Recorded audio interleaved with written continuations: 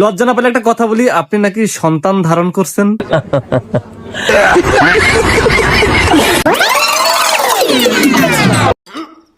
খালার মায়াবী চাহনি দেখে মনে হচ্ছে যদি সুযোগ পাইতো ব্লেন্ডারের ভিতরে দিয়ে সুইচ চাপ দিয়ে বসে থাকতো।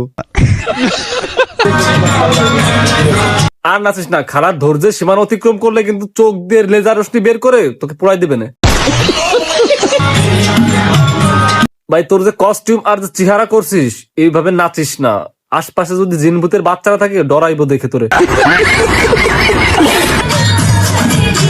এদিকে আবার ডান্স দেখে পুলকিত হয়ে একজন 1000 টাকা অফার করলেন রুম রেট করার জন্য।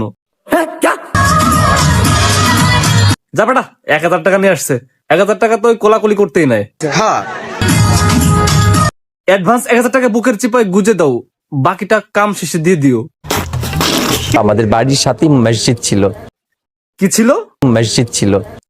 এটা কি বাংলায় বলছিস না ইংলিশে বলছিস? এখানে বসা হতো।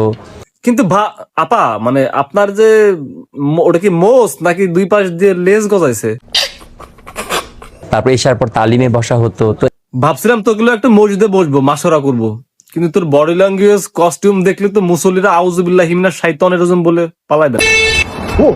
জান্নাতে এমন এমন কিছু আছে যেগুলা শুনলে আপনারা অবাক হয়ে যাবেন।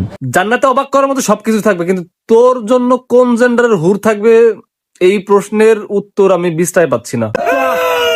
আমরা জিনদেরকে দেখি না। দুনিয়াতে আমরা জিনদের না দেখতে পেলেও দত্ত দেখতে পাই, কিন্তু দত্তর লেজ থাকে পদে আর অর লেজ ভুল করে মুখে উঠে গেছে। तू कौन मारागा